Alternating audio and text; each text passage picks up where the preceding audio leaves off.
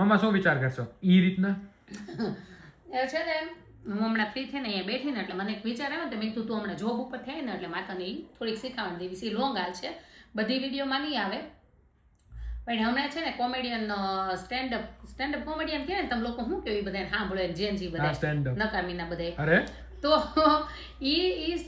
એમાં એક અત્યારે મુદ્દો ચાલે છે ઇન્ડિયામાં કે એમાં એક છોકરાએ 370 ની બિરયાની એટલું બોલે ને તો બધા સમજી જશે. એ એક પ્રકારનું કોન્ટ્રોવર્સી થઈ ગયું. એ જેન્ટ્સે કરેલું છે.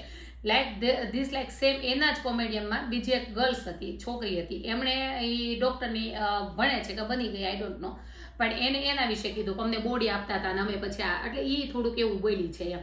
તો ત્યારે હવે આમાં શીખવા કેટલું મળ્યું બધાને, આખા દુનિયાને કહો તોય ચાલે, આખા ઇન્ડિયાને કહો તોય ચાલે કે કોઈ દિવસ જેન્ડરને બ્લેમ નહીં કરવાનું. ક્યારેક છોકરો ભૂલ કરી દે ને તો આખા જેન્ડરને બ્લેમ કરી નાખશે કે ભાઈ આવું છે ને તેવા છે ને, છોકરા મર્દ જાત આવી હોય ને તેવી હોય, અને ક્યારેક છોકરીઓ ગલતી કરે ને તો કે બ્લુ ડ્રમમાં પૂરી દે છે ને આમ કરી દે ને એ ચાલવું હોય ને ઓલી હોય ને, એટલે ખબર ને વચ્ચે ઓલા ભલે જોક્સ રૂપે કરી નાખે, ખબર બ્લુ ડ્રમ વાળું કર્યું હતું તો એ છોકરીઓને બ્લેમ કરી નાખે. પણ હવે તો મને એવું લાગે છે કે આ જમાનો એવો આવી ગયો છે કે બધાની વિચારસરણી એવી થઈ ગઈ છે, બિનદાસ નામ લઈને ટાર્ગેટ કરી નાખાય. જો આ વ્યક્તિ આવું કર્યું હતું એટલે એને તો ઓલાને તો સજા થઈ ગઈ ને, તો જોબ બધું વયું ગયું. છોકરીને મેં બી ખબર નહીં કોલેજ જાય છે કે ન જતી, પણ છે ને હવે છે ને મને એવું લાગે એટલે હું એવું વિચાર કરતી હતી કે આખા જેન્ડરને બ્લેમ કરી નાખે. છોકરાએ ક્યાંક ભૂલ કરે તો આખા છોકરા જાતને બિચારાને લઈ લે, છોકરીઓ ભૂલ કરે તો આખી છોકરીઓ જાતને લઈ લે.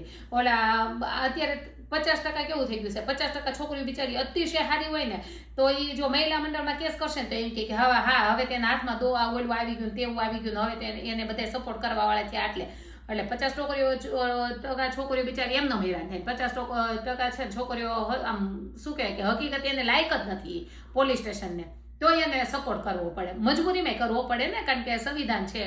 એટલે એવી રીતે તો હું આજ વાત વિચાર કરતી હતી, મેં તું એમ મારા બધું તને કેવું છે બરાબર કે અર્થાત એક જણની ભૂલ માટે પૂરી કેટેગરીને ના બ્લેમ કરો, પૂરે બધાને નો બ્લેમ કરે એમ. અને મને તે ત્યાં સુધી નહીં ખબર પડે, તમે નામ લઈને જ કહી દો ને ભાઈ કે તમે આવું કર્યું છે કે તું આવું કર. હમણાં છે ને મેં એક દિવસમાં લાઈવમાં એવું કીધું હતું કે ઘણા એવા વિડીયો બનાવે કે સાસુ આવી જ હોય, ઘણા એવો વિડીયો બનાવે કે હવે દીકરીઓ આવીને હવે એમ ના કરો, તમારામાં તાકાત હોય તો તમે નામ લઈ લો ભાઈ મારા ઘરમાં આવું ચાલી રહ્યું છે.